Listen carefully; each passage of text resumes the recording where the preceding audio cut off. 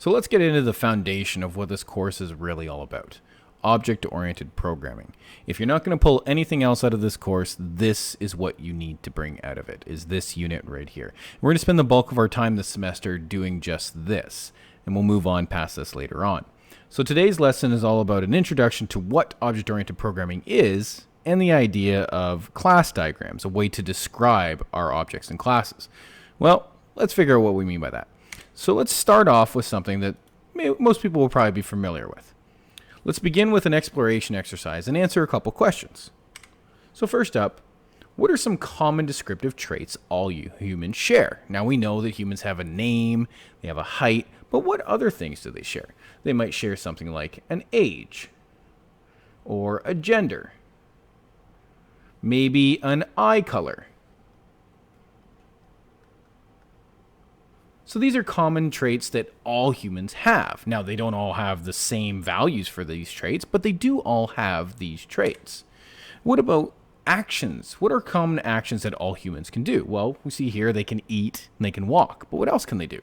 Well, humans can sleep. That's a common one. All humans have to do it. Humans can poop. Or really go to the bathroom in general, but we'll put poop because it's funnier that way. So we have eat, sleep, and poop. And what about speak? Now, these are 5 behaviors, 5 actions that every single human being can do. Now, I know there's exceptions to the rules for people with disabilities and whatnot, but we're trying to keep it as the quote-unquote norm for now, okay? So these are some examples of attributes, descriptive traits that all humans share, as well as common actions that all humans share. Great. So this general description that you see here is like a blueprint, a general design describing a human in this case. In programming terms, we call this a class. Okay.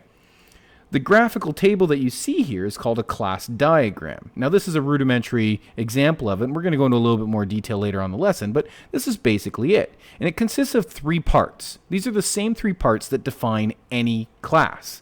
First up, we have our class name. So this is the general name for all items that use this design. So all of the humans we create are considered humans. That's the class name. Attributes. These are the descriptive traits that define the item. So these are the things that describe to us what makes up that item. What is the item composed of? So in this case, what is a human composed of? Another class might be something like a car. What is a car composed of? What is a player composed of? What is a bullet composed of? Depending on what you're talking about. So those are attributes, the descriptive traits.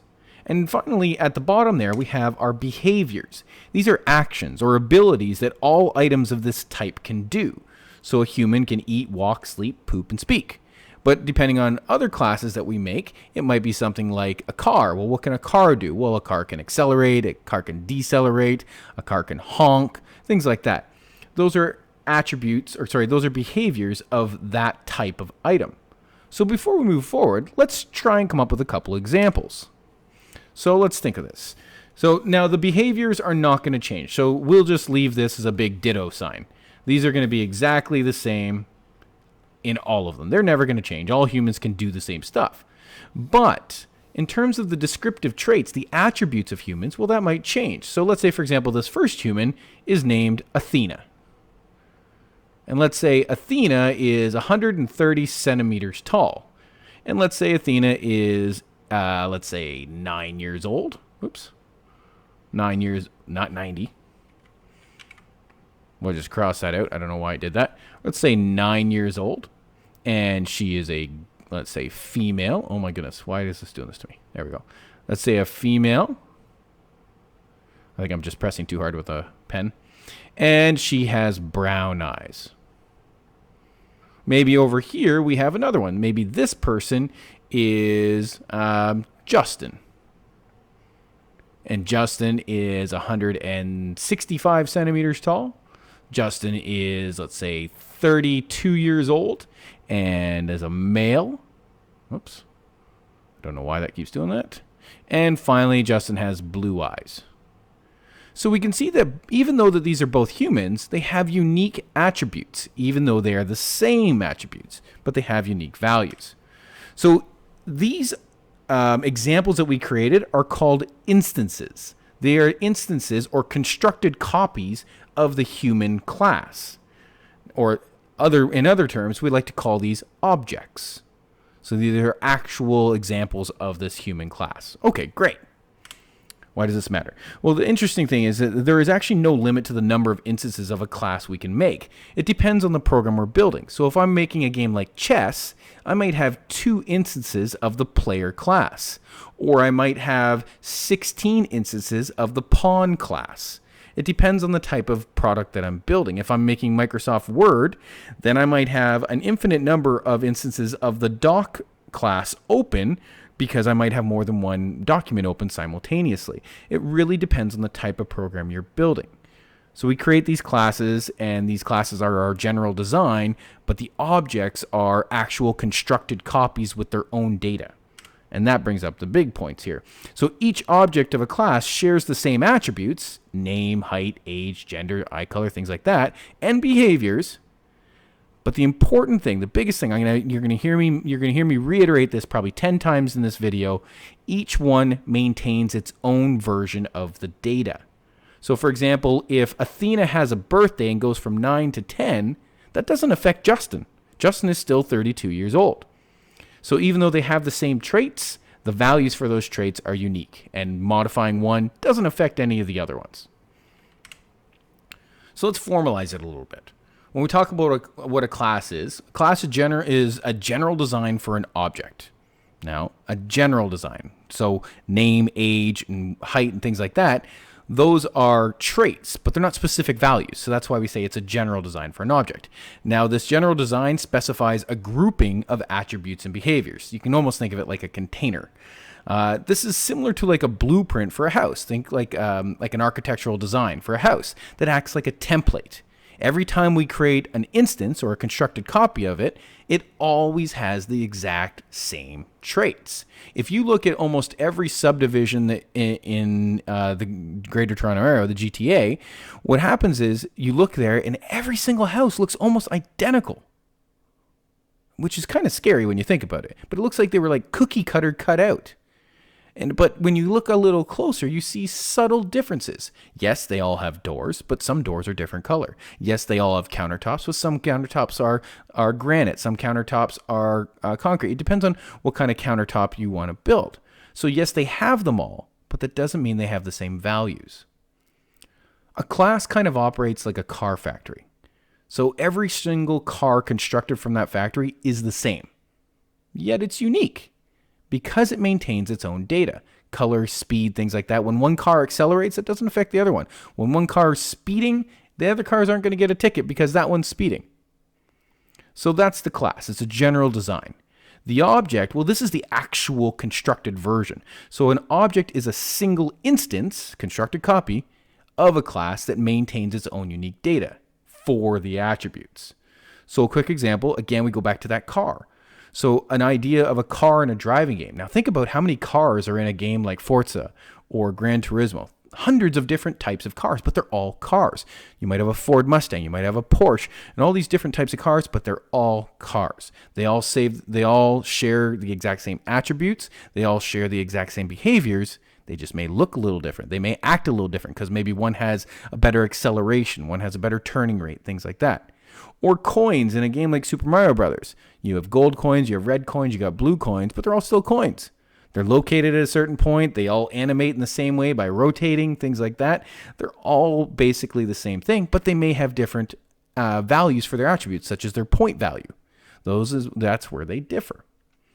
So the object is the actual created structure, whereas the class is the design of the structure.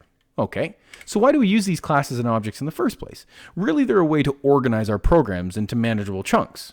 And that way it makes things easier to work with. We call this process of organizing modularizing our code. So we want to break our code down into modules, where every module is basically a class. So a simple example that most people can probably recognize is pretty much any first-person shooter out there. Halo, Destiny, Fortnite, all those different things. So actually, is Fortnite first person or third person? I don't remember. Anyways, so each user controls a character. That character is going to be an instance of most likely something called the player class. For each game that they play, There may be one player or there may be 16 player objects in that game. If it's a game like Fortnite, it might be 100 player objects in the game. Each player is completely the same, yet unique, because they all have their own gamer tag. They all have their own location. They all have their own gun that they're holding. To go even further, each one of those firearms that they're carrying, which could be a lot, is all part of the same gun class, but they have their own traits. They have their own attributes or values for those attributes that allows them to be unique. How much ammo they're holding, what kind of upgrades are attached, things like that. We can even go further. We got to think about the idea that literally everything in that game or everything in every piece of software would be represented by a different programming object. Now in this game, that would be everything from bullets to buildings. Yes, every single bullet in a game would be an object. Every single one. Because every single one of those bullets has a different velocity, has a different direction. It has its own certain actions, such as moving forward and checking for collisions and things like that. The buildings are even more magnificent because the buildings are composed of other objects. Think about that. A building contains desks and chairs and computers and people. And all these things are part of the building class. It would actually be composed of all these other objects. Well, that's pretty interesting. So what is an object-oriented program? What is object-oriented programming as a whole? Well, OOP, as we commonly say, is the idea of modeling our programs around the idea of objects and how they interact with each other, usually to accomplish some kind of task. Now, this is really easy. This is actually a very intuitive design strategy because we can break down our real-world things into objects. So, for example, your boss may come to you and say, "Hey, we need you to build a product that replaces our current manual system that's on paper." So what you do is you look at that system and you break it down into the objects. Well, what are the operations that's happening? Who does what? What kind of documents are filled out to make this whole thing go? And you can actually recreate this in digital form.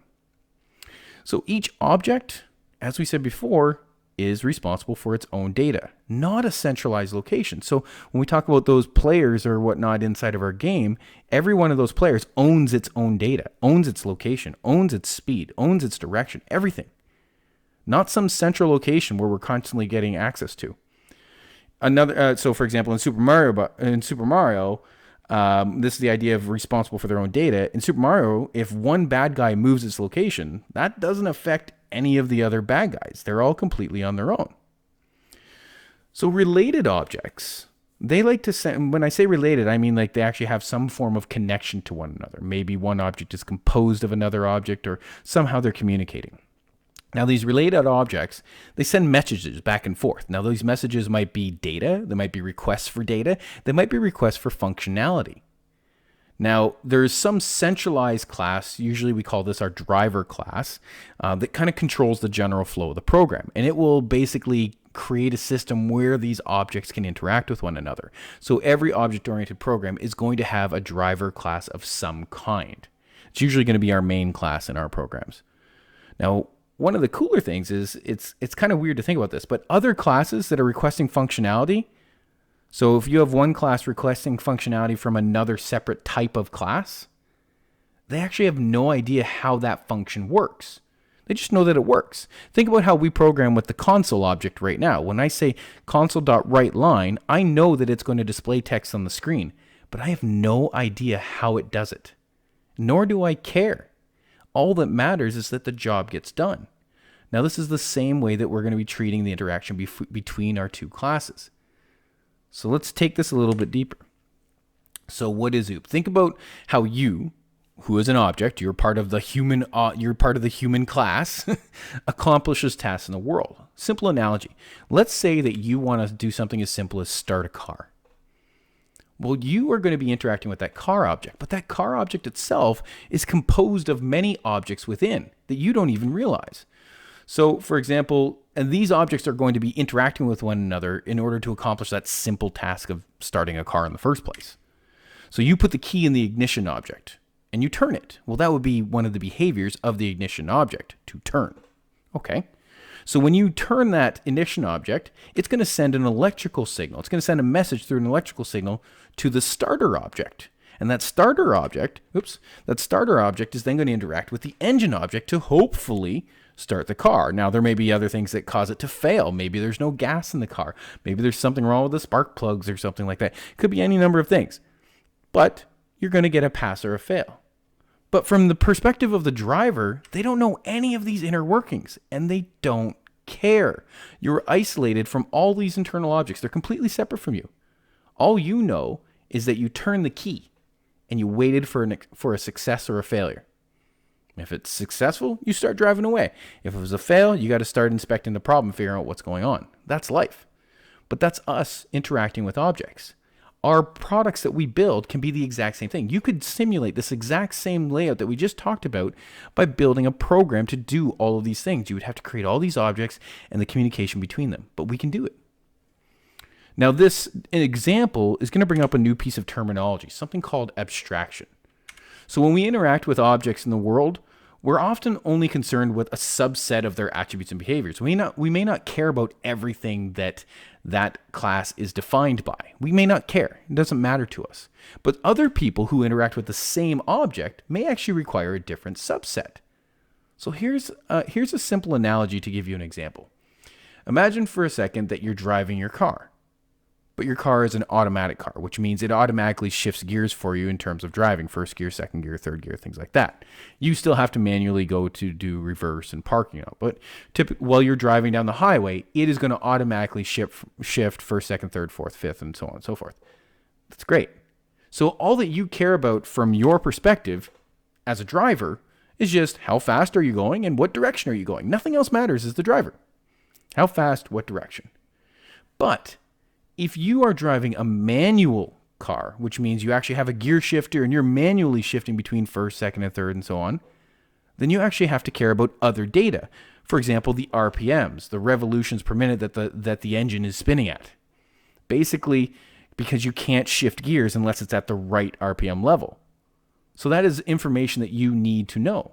Now, the thing is that information exists for an automatic car driver, but they never look at it. Because it doesn't matter to them. They don't care. If you look on your car, you'll see a meter there for RPMs. But I'll bet you never look at it, and I'll bet you probably haven't before this point, unless you have a manual car. And then it's something that's absolutely necessary for you. So this idea of some users or some classes filtering out needed information is what's called abstracting. We're abstracting the data. We're filtering the unnecessary. Great. So why are we using OOP in the first place? Why do we even care? Well, first of all, why was OOP created?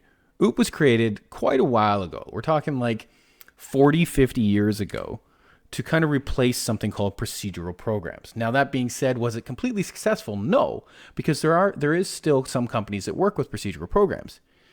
Now, this should not be a surprise to you because procedural programs are something you're used to. This is literally what we've been coding since the first day you walked in my class. Those top to bottom series of steps that basically create our structure of our programs. Great. So it's just a program that flows from top to bottom and calls out sub-programs and come back and keeps on going. Now, with these types of programs, the data is shared amongst the whole program. And it's centralized in that main program. Maybe it's global data, maybe it's local data, but it's all in one spot. It's all there. Now, the problem with these types of programs is they can get very messy. They can get very convoluted and challenging to work for. For those of you that have worked on large projects with me before, you realize that as those projects grow, it gets more and more challenging to do things as simple as fixing a bug. Because you don't know when you fix that bug whether it's going to affect 17 other things. It can get very challenging. So procedural programs work fine for small programs. No problem at all. But as I said, as they grow, they are going to get more challenging. So let's compare procedural programs versus an object-oriented program. So first up, object-oriented programs, they're simpler to transfer the idea from real world to software. It's very easy to kind of construct a digital representation of real world entities into software. It's kind of challenging in a procedural program. Procedural programs, as we talked about, are harder to maintain. Object-oriented programs, we actually have the ability to maintain and implement changes in the programs much quicker. It's easy to just kind of swap something out and put something back in. Now, in order to achieve this result, we have to achieve something called decoupling. Now, the idea of decoupling is making something not dependent on any external facets. So if a class can completely exist in and of itself, that means it's not dependent on other things. Now, sometimes it's methods, sometimes it's the entire class, but if they depend on external things, that means that it's coupled, it's dependent. So we can easily, an easy example of this to try and to sink in the idea is, if you have a method that changes global data, it depends on the fact that that global data exists for it to actually operate. So I can't just grab that method and drop it in a new program, because it won't be able to function unless I also bring that global variable. Whereas a decoupled method means it only uses its parameters and anything that it creates within, and typically returns a value of some kind, so then we can use it elsewhere in the program. So that's the difference between a coupled and a decoupled situation. Now, classes can be the same thing. If they depend on external classes to exist, that means they are coupled. And that's not necessarily a completely bad thing, but we want to reduce the amount of coupling as much as possible, so that it makes our code more portable, much easier to just grab and drop into a new program. So keep this in mind for the rest of the stuff. Existing code in our procedural programs is difficult to alter without affecting the other code. You change one thing, it affects 7 other things. It's easier to work in a team and divide code and have specialists when we have an object-oriented program. So this is the only time that I typically allow group work in our classes, is because it's easy to say, okay, you're in charge of this class, you're in charge of that class. And in the real world, it works similar. You might have programs that people that specialize in networking code or database code or user interface code, and they work in those classes. They don't need to know how the rest of the program works. All they need to know is if they call a method, that method will work the way that they expect it to work. They don't care how, they just care that it does the job. So it's irrelevant to them outside of that. So you can have specialists that work and focus on that one thing. And then next, new programs are built from scratch. You're kind of reinventing the wheel every time you build a procedural program. Now, you might be able to bring a little bit of code over one of those methods or something like that, as long as the method is completely decoupled. But you're going to find that you have to reinvent a lot of things. Whereas with object-oriented programs, we actually have the ability to reuse code very simply. In other programs, we can just buy classes from other people and drop them in our programs. And they just work, as long as they've been properly decoupled. So let's go for more of a visual comparison. So maybe this will help kind of sink in the idea a little bit better. Now, take a look at this. This is what a procedural program kind of looks like from a mapping perspective. We have our main program, which holds all of the data for the entire program. That main program just has a sequence of actions that call out to other subprograms. That doesn't mean it's going to actually call every subprogram, because as you can see here, it calls subprogram 3, and then subprogram 3 calls subprogram 4.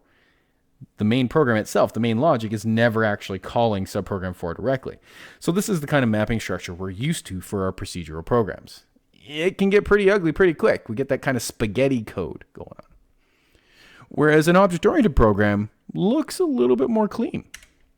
So we have our main program, fine, and it's going to hold the program-wide data, things that the entire program needs access to for whatever reason. But there's usually just going to be very minimal amounts of this, not much at all. But it also is going to hold an instance of all the objects that it needs access to. So in this example, based on the arrows that we see here, this is just an example, based on the arrows we see here, the main program is going to hold an instance of object 1, 2, and 3. Now, looking down at object 3, we can see that object 3 is also going to hold an instance of object 2. Now, we don't know whether all these objects are instances of the same class or different classes, but I'm guessing probably different classes. Now, finally, the biggest point, and again, probably the 6th time I've mentioned this already, all objects hold their own object-specific data. Changing anything in object 1 is not going to affect object 2 or object 3. They're all independent of one another. So this is the difference between our looks of our program. You can see there's quite a bit more clarity inside of this. The main program doesn't need to hold all of the object data inside of it, because the objects handle their own. So let me give you a simple little example of this. Imagine you were building a game, and in that game you had characters that are running around, and those characters have to maintain their own location, they have to maintain their own speed, they have to maintain their own collision rectangles, they have to maintain their own images. So there's 4 pieces of data, probably a lot more in reality. But in order to have enemies in your game like this, that implies that you have to maintain 4 parallel lists or arrays to maintain all the data for those enemies. That can get pretty ugly and difficult to actually manage, and that's how you would have to do it in a procedural program. There's no way around it. However, in an object-oriented program, you could just create an enemy class, and that in each enemy, it maintains its own location, its own image, its own rectangle, and its own speed, and all these different things. It maintains it by itself. And instead, in the main program, instead of having 4 lists one for each data value, you would just have 1 list of enemies, and each enemy maintains its own stuff. And that's where the simplification comes in. So in the very first slide, I showed you what a class diagram looks. Now that was a rough idea of what a class diagram is. In reality, there's a little bit more to it. We have to be a little bit more specific so it can be clear. Now just to remind you, there were 3 parts to our class diagram. There was the class name, there was the attributes, those descriptive traits, and the behaviors, those functions, those actions that our class can handle. Now this is the basic general structure. Here's a simple example of a car class diagram. So we can see here it has 3 attributes: a color, a weight, and a speed. Now you might say to yourself, but there's so many other attributes to a car. But for the program that we're building, we may not care about those other attributes. Maybe we only care about those 3 specific traits for the game or the product that we are building. It depends. You don't need to have everything in there if it doesn't mean anything for your program. And then we see those behaviors down at the bottom: accelerate, decelerate, and honk. Usually there's going to be another one in there, but we're going to get to that later once we've learned a little bit more about how to actually programmatically build our classes. Now, looking at this, we can see a lot of different things. First of all, we see our class name at the very top. Then we see our attributes, which are what's describing what our car is going to actually appear as and the data that we need to track for it. And then finally, we have our behaviors. You'll notice the difference, or you'll notice in both of these that we're actually including extra data. Instead of just having color, weight, and speed, we have a data type: string color, double weight, double speed. So it's like we're defining the variables. Down below, inside of the behaviors, you can see that we actually have the return type, but we also have the parameters for each one of those methods. And that's important to do, because if you hand this off as a designer to a programmer, it's their job to then go implement that in that way. So that way, if somebody else is working on your team and they're working in a different class and they need to call functionality from your class, they know exactly how to actually access that data. So what we've talked about here is an introduction into what object-oriented programming is, classes and objects. We also described how to visually show and display what an object looks like from a class diagram's perspective. We're going to move forward in the next lesson and talk about stuff that's a little bit more challenging, and we're actually going to get into building these things in code. But for now, that's it. Good luck and have fun.